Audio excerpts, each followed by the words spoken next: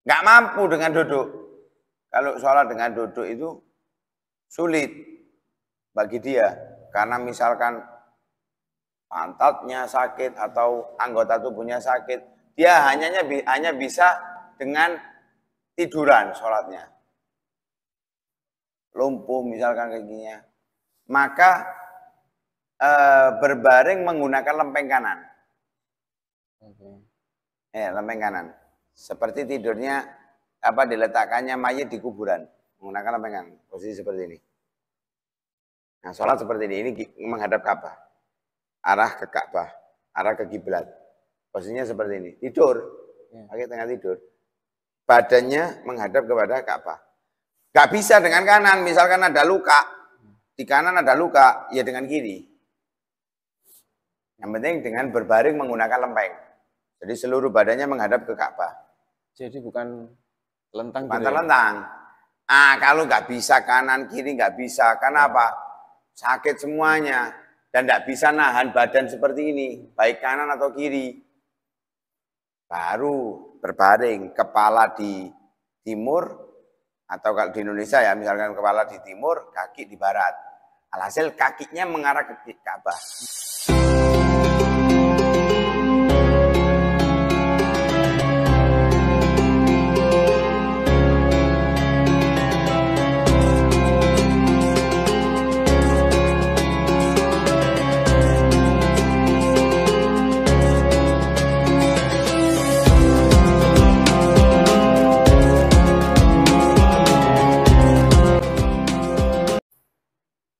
Assalamualaikum warahmatullahi wabarakatuh. Bismillah, alhamdulillah, wassalatu wassalamu ala rasulillah sayyidina wa maulana Muhammad ibni Abdillah wa ala alihi wa sahbihi wasallam.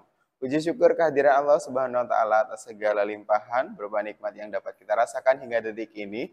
Dan patut kita selalu syukuri sehingga kita dapat berjumpa kembali dalam program Kantin Habaib, kajian rutin bersama Habib. Tentu saja bersama saya Ahmad Syauqi. Dan melanjutkan pembahasan kemarin, kita membahas soal tata cara sholat.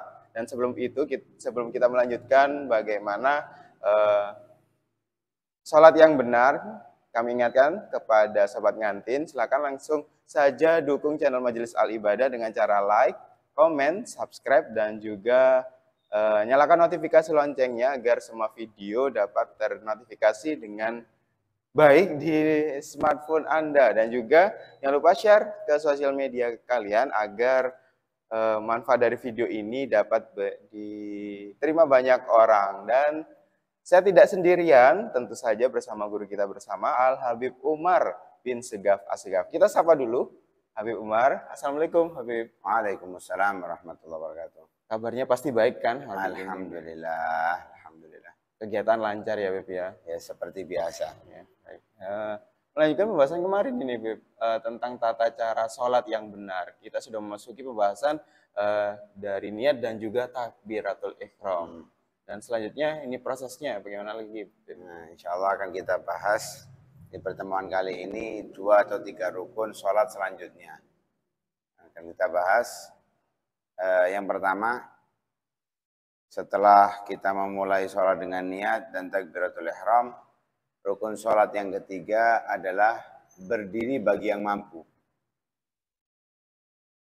Sebagian ulama seperti Al-Habib Ahmad bin Zain Al-Habashi, beliau meletakkan berdiri bagi yang mampu itu bukan di rukun sholat.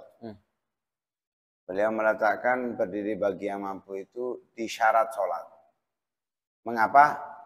Karena berdiri itu terjadi sebelum takbiratul ihram. Jadi orang berdiri itu sebelum takbiratul ihram. Itu yang membedakan antara rukun dan syarat. Kalau rukun itu harus berurutan. Kalau syarat itu terjadi sebelum melakukan, saat melakukan hingga tuntas. Itu syarat. Nah, di antara seperti Al-Habib Ahmad bin Zain Al-Habashi itu meletakkan berdiri di syarat sholat karena takbiratul ihram itu harus dalam posisi berdiri. Nah, yang meletakkan berdiri bagi yang mampu itu menjadi rukun sholat itu karena takbiratul ihram itu sendiri memiliki syarat harus dalam keadaan berdiri. Alhasil, mau itu rukun ataupun syarat, berdiri bagi yang mampu itu wajib. Berdiri bagi yang mampu itu dalam sholat fardu hukumnya wajib. Harus. Ketika dia mampu berdiri, dia harus berdiri. Ketika sholat sunnah, nggak wajib. Ketika dia mampu berdiri, afdolnya berdiri. Kalau sholat sunnah. Kalau wajib, maka harus berdiri. Nggak mungkin, nggak bisa diganti. Kecuali kalau nggak mampu. Nah, masalah nggak mampu ini kriterianya kebanyakan ulama mengatakan kalau dia itu berdiri, hilang konsentrasi, hilang khusyuk, dan lain sebagainya. Tidak bisa melakukannya dalam keadaan berdiri. Itu sebagian ulama. Sebagian yang lain memang nggak bisa berdiri. Memang nggak bisa berdiri. Atau bisa berdiri sebagian, nggak bisa sebagian. Tentu. Apa namanya? Ini yang jadi masalah biasanya. Ada orang kalau berdiri tegak bisa. Tapi kalau untuk rukuk nggak bisa. Atau untuk sujud nggak bisa. Dia langsung sholat dengan duduk, ini nggak boleh. Dia harus tetap berdiri, posisi berdiri, ketika berdiri harus berdiri. Untuk masalah ketika mau sujud, dia nanti diposisikan dulu baru bisa sujud dengan semampunya. Itu tidak termasuk menghilangkan konsentrasi, jadi dia mikir dulu. Enggak. Iya, karena dia nggak ngerti, jadi mikir dulu. Oh, iya. Nah ini kan patokan seperti itu kan menghilangkan konsentrasi bagi orang yang sudah mengerti. Oh, baik. Seperti apa? Kalau saya berdiri mumet, pandangan ini goyang terus. Nah, ini boleh bagi dia duduk. Tapi misalkan awalnya enggak lama-lama, ya pertamanya harus dalam posisi berdiri. Ketika mumet baru duduk. Gitu ya. Jadi enggak boleh kita meninggalkan berdiri secara totalitas kalau masalahnya itu datangnya enggak selalu, enggak seterusnya. Hanya seketika-seketika. Nah, karena itu banyak orang kesalahan. Dia mampu berjalan, mampu berdiri karena nggak bisa rukuk dengan baik. Dia menyediakan kursi sholat dengan duduk di kursi. Ini masalah, salah. Mestinya dia tetap berdiri, ketika mau rukuk, duduk dulu, baru rukuk. Lah, kalau memang sudah nggak mampu, berdiri nggak mampu, bagaimana terus? Ya duduk.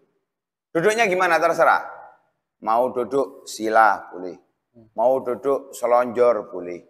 Mau duduk seperti tasyahud awal boleh. Mau duduk di kursi boleh. Mau duduk pakai tasyahud akhir boleh. Terserah. Cuman afdolnya duduk seperti tasyahud awal. Ketika nggak mau berdiri, kalau memang bisa dengan cara seperti itu. Kalau nggak bisa, ya dengan yang dia bisa. Nggak bisa nekuk kakinya sampai seperti itu, ya di kursi. Duduknya di kursi. Jadi apa yang bisa dia lakukan, ya dia lakukan dengan itu. Yang penting dengan duduk. Kalau nggak mau berdiri harus dengan duduk. Nggak mampu dengan duduk. Kalau sholat dengan duduk itu sulit bagi dia. Karena misalkan pantatnya sakit atau anggota tubuhnya sakit. Dia hanya bisa dengan tiduran sholatnya. Lumpuh misalkan kakinya, maka berbaring menggunakan lempeng kanan. Lempeng kanan. Seperti tidurnya diletakkannya mayit di kuburan, menggunakan lempeng kanan. Posisi seperti ini. Nah, sholat seperti ini menghadap Ka'bah, arah ke Ka'bah, arah ke kiblat. Posisinya seperti ini. Tidur, pakai tengah tidur. Badannya menghadap kepada Ka'bah. Gak bisa dengan kanan, misalkan ada luka, di kanan ada luka, ya dengan kiri. Yang penting dengan berbaring menggunakan lempeng. Jadi seluruh badannya menghadap ke Ka'bah. Jadi bukan telentang. Bukan telentang. Kalau nggak bisa kanan kiri nggak bisa, karena apa? Sakit semuanya dan nggak bisa nahan badan seperti ini, baik kanan atau kiri. Baru berbaring, kepala di timur, Atau kalau di Indonesia ya misalkan kepala di timur, kaki di barat. Alhasil kakinya mengarah ke Ka'bah. Cuman bagian kepala sedikit diangkat. Ya kalau bisa diibaratkan itu 70 derajat misalkan. Atau 40 derajat, 50 derajat agak mengangkat. Bukan tidur plek seperti ini, enggak. Sedikit diangkat. Seperti kalau kasur di rumah sakit itu kan ya, bisa diangkat. Lah yang menghadap Ka'bah ini akhmas, ini telapak ini. Ini yang menghadap Ka'bah. Kan sebetulnya yang wajib menghadap ke Ka'bah itu kan mu'dhamul badan.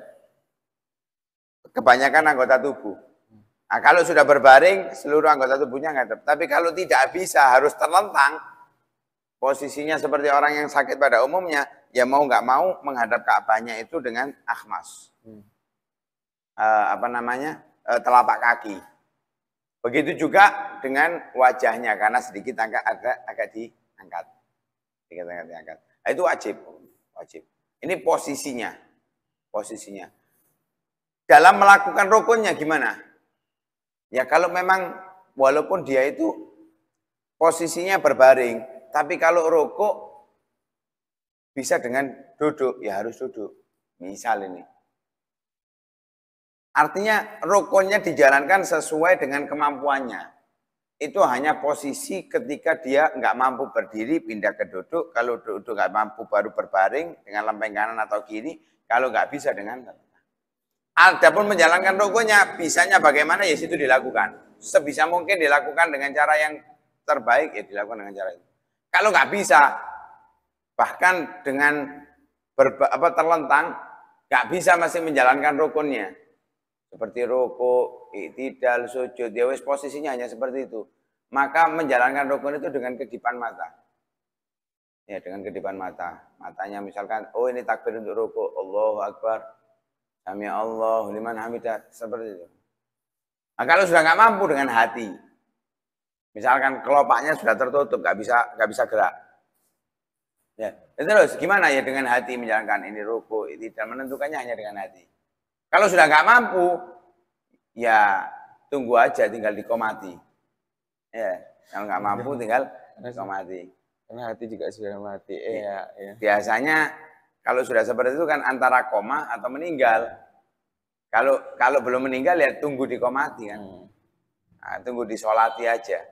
Alhasil itu cara ketika tidak mampu berdiri. Ini semuanya kita bicarakan mau sholat fardu, sholat sunnah.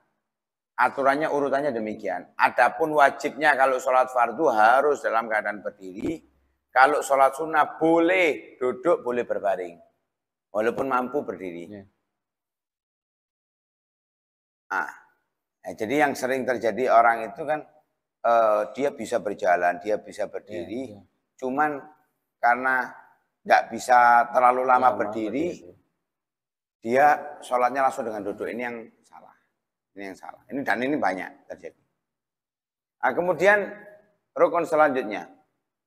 Setelah berdiri takbiratul ihram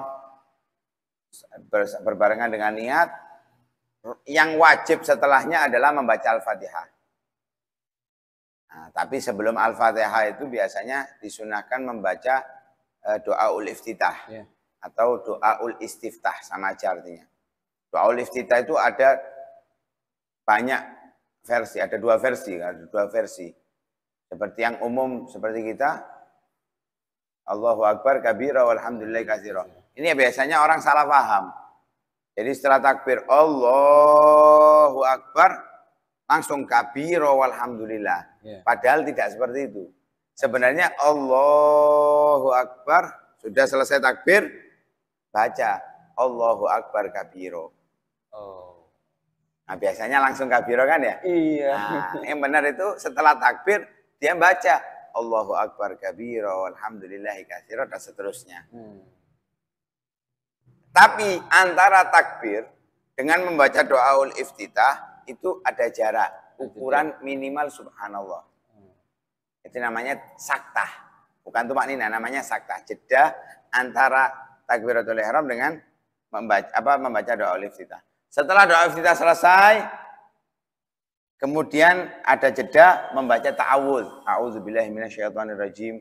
atau a'udzubillahi samil alim minasyaitonir rajim, terserah pokoknya ta'awudz. Setelah itu ada jeda baru membaca surat Al-Fatihah. Lah surat Al-Fatihah ini wajib di dalam mazhab Imam Syafi'i. Wajib membaca dalam mazhab Imam Syafi'i, mazhabnya Imam Ahmad bin Hambal, mazhabnya Imam Malik. Adapun mazhabnya Imam Abu Hanifah tidak wajib membaca Al-Fatihah. Sebagian ya, sebagian enggak semua. Yang wajib itu membaca matayassara minal Qur'an. Apa yang bisa dia baca dari Al-Qur'an. Cuman afdalnya membaca surat Al-Fatihah. Tapi mazhab Imam Syafi'i, mazhab Imam Malik harus membaca Fatihah. Lah membaca Fatihah itu 7 ayat. Nah di sini jadi perbedaan panjang. Alhasil kalau kita yang bermazhab Imam Syafi'i, maka 7 ayat itu dimulai dari Bismillahirrahmanirrahim. Di akhirnya sampai waladhdallin. Nah ini 7 ayat. Kalau mazhab lain ada mengatakan Bismillah itu tidak termasuk. Tetap 7 ayat, tapi Bismillah nggak termasuk. Kita nggak bahas di situ. Alhasil kalau kita yang bermazhab Imam Syafi'i harus Bismillah. Misal imamnya nggak baca Bismillah, maka kita bagi si makmum ada 2 pendapat. Pendapat yang pertama, itu yang kuat, itu dikatakan nggak sah. Karena kita yang bermazhab Imam Syafi'i harus membaca Bismillahirrahmanirrahim. Adapun pendapat yang kedua, itu yang gaulun marjuh, kalau sesekali saat di waktu tempat yang kalau kita berbeda itu jadi masalah, ya kita pakai pendapat yang kedua ini nggak apa-apa. Adapun itu pembahasan terlalu nggak akan kita terlalu bahas. Alhasil harus 7 ayat ini. Lah saat membaca 7 ayat ini yang harus diperhatikan. Bacaan Fatihah ini bacaan yang harus inti di dalam sholat, nggak boleh ada yang keliru. Harus di antara syaratnya itu memang harus diperhatikan tasydidnya. Harus diperhatikan makharijul hurufnya. Harus huruf itu harus dikeluarkan tepat pada makhrajnya.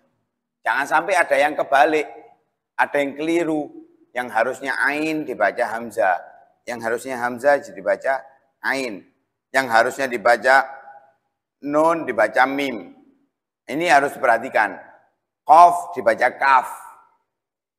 Ini harus diperhatikan. Contoh, tasydidnya kurang jelas. Bismillahirrahmanirrahim. Bismillahirrahmanirrahim.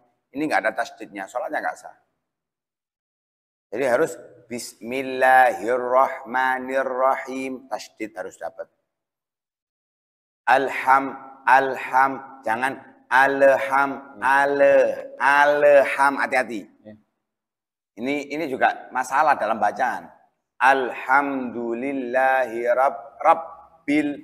Artinya tasydid semua harus diperhatikan. Nah, biasanya juga yang salah shot. Masalah shot masih ada pendapat yang boleh membaca dengan sin. Jadi masih nggak ada masalah. Jadi ihdinas siratal boleh, siratal boleh. Tapi kalau bisa shot, kalau bisa harus dengan shot. Kalau nggak bisa nggak apa-apa sin. Mustaqim, qaf. Boleh mustaqim. Ini pendapatnya Imam Ibn Hajar. Boleh Imam Ramli. Imam Ibn Hajar. Boleh mustaqim. Cuman pendapat yang lebih untuk dihati-hati pakai qaf aja. Jangan qaf, pakai qaf, mustaqim. Ini lebih aman. Jangan mustaqim, kaf, hati-hati. Ini sudah beda arti karena an'amta. Ini juga sering salah. An harus hamzah, nun. An'am, ain. Ya, an'amta. An'amta. Jangan sampai amta. An'amta, hamzah semua. Atau ain semua. An'amta. Ini banyak terjadi. Khususnya imam-imam masjid dan imam sholat. Itu harus diperhatikan. Kemudian ghairil. Jangan ghairil. Atau khairil. Jadi ghairil maghdubi alaihim. Nah, ini juga yang banyak salah. Waladhdallin. Salah. Waladhdallin. Salah. Waladhdallin. Salah. Jadi yang benar waladhdallin. Karena lam ada tasydid di situ. Waladhdallin.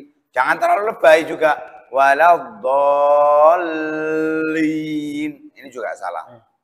Jadi ada tasydid di lam harus diperhatikan, tasydid di dhad harus diperhatikan, baca dhadnya juga harus diperhatikan. Memang baca dhad itu sulit, berat, dan nggak semua orang bisa membaca dengan sempurna. Tapi jangan sampai mirip dengan dha.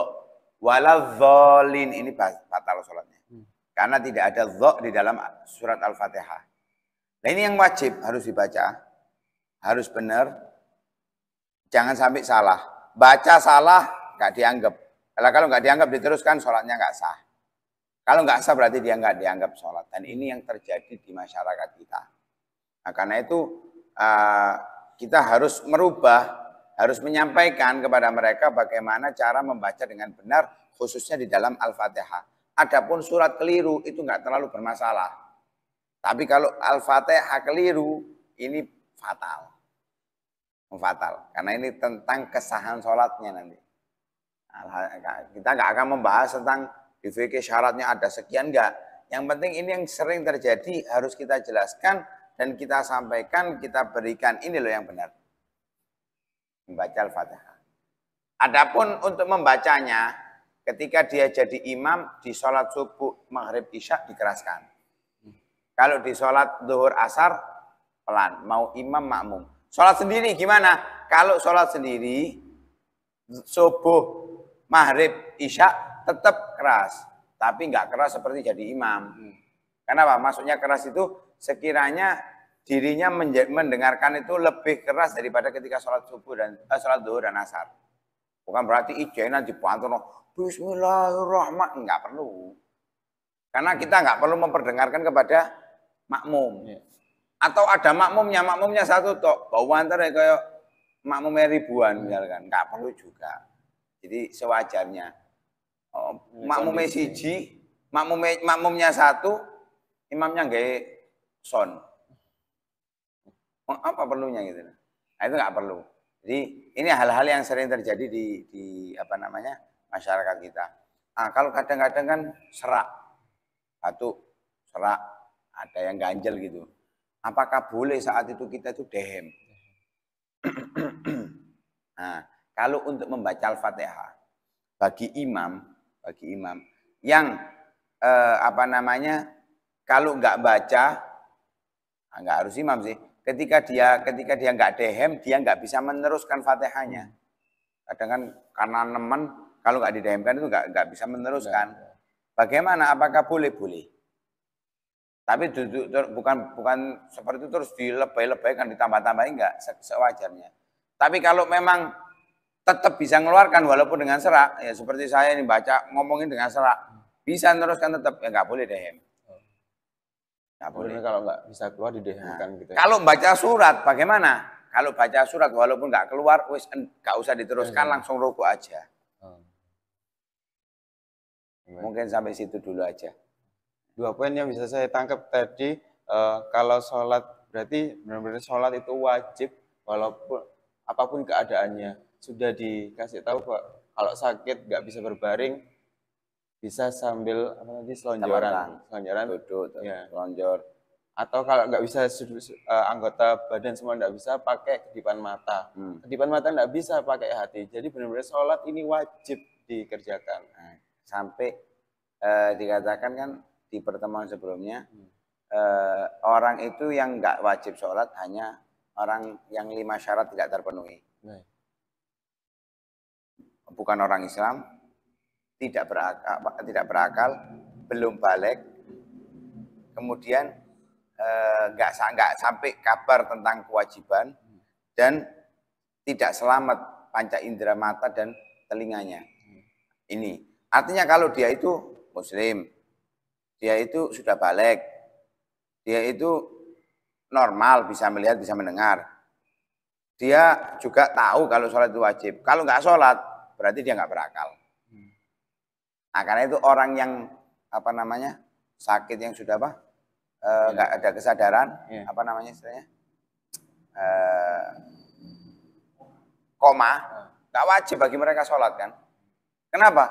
Karena nggak ada kesadaran. Seperti orang mati. Nggak ada kesadaran. Kalaupun kemudian sadar, apakah wajib qadha? Enggak. Karena saat itu dia nggak wajib sholat.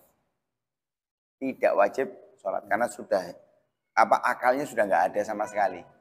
Nah, juga yang jadi perhatian, ini kalau memang masih mampu dengan berbaring menggunakan lempeng, kan tadi disebutkan nggak boleh dengan terlentang. Nah, yang terjadi sekarang, kalau misalkan di rumah sakit, posisi ranjangnya kepala di barat, kaki di timur, gimana sholatnya? Ya rubah ranjangnya. Iya. Harus dirubah ranjangnya, nggak boleh enggak. Dan itu terjadi kepada para aulia, para ulama sebelum kita, nggak jauh dari masa kita, sekitar 20 tahunan yang lalu, atau 30 tahun lah paling lama. Itu saat beliau sakit, Al-Habib Muhammad bin Abdullah Al-Haddad, masuk di rumah sakit, itu ranjangnya nggak boleh dirubah, minta keluar dari rumah sakit. Padahal harus di rumah sakit tuh, minta keluar. Kalau nggak dirubah posisi ranjangnya nggak mau di situ. Jadi tetap beliau tetap walaupun posisi sakit tetap mau sholat. Bisanya dengan berbaring. Nah, mestinya pihak rumah sakit itu menyediakan tempat bagaimana kalau sholat itu tetap bisa terjalankan. Orang sakit itu kalau nggak sholat, resikonya matinya su'ul khotimah. Lah karena itu harus membantu proses seperti itu, diposisikan tempat yang, lah ini bangunannya salah yang bangun nih kata ulama di sini. Ya, instalasinya sudah paten di situ. Nah, mestinya diatur bagaimana sekiranya mereka yang muslim tetap bisa sholat dengan baik. Karena saat-saat itu justru mereka kalau meninggalkan, ya kapan sembuhnya. Dan poin yang kedua adalah di Al-Fatihah aja. Kalau kita salah sudah nggak sah juga ya. Nah, itu karena itu yang wajib dipelajari dalam ilmu tajwid itu minimal makharijul huruf, pengucapan tasydid, panjang pendek. Itu yang wajib. Makharijul huruf, panjang pendek, dan masalah tasydid. Ini fatal. Ini yang wajib karena membaca Al-Fatihah di dalam sholat. Selebihnya nggak wajib. Mempelajari ilmu tajwid secara lengkap enggak. Panjang pendek pun enggak harus tahu ini mat tobi'i, ini mat arid, isu enggak harus. Yang penting ketika panjang dia harus panjang. Yang pendek harus pendek. Situ aja. Nah, karena itu harus betul-betul harus dipelajari agar sholat kita ini menjadi sholat yang benar. Sholat yang sesuai dengan tuntunan Nabi Muhammad SAW. Baik ya. Terima kasih untuk perhatian Anda, dan pembahasan ini masih panjang dan harus Anda ikuti karena biar nggak setengah-setengah ya pastinya. Pembahasan dari surat pembacaan Al-Fatihah ini kami akhiri, dan insya Allah akan kami lanjutkan di pembahasan lain dari tata cara sholat. Saya Ahmad Syauqi dan Habib Umar pamit undur diri. Mohon maaf atas segala kesalahan. Terima kasih atas perhatiannya. Assalamualaikum warahmatullahi wabarakatuh.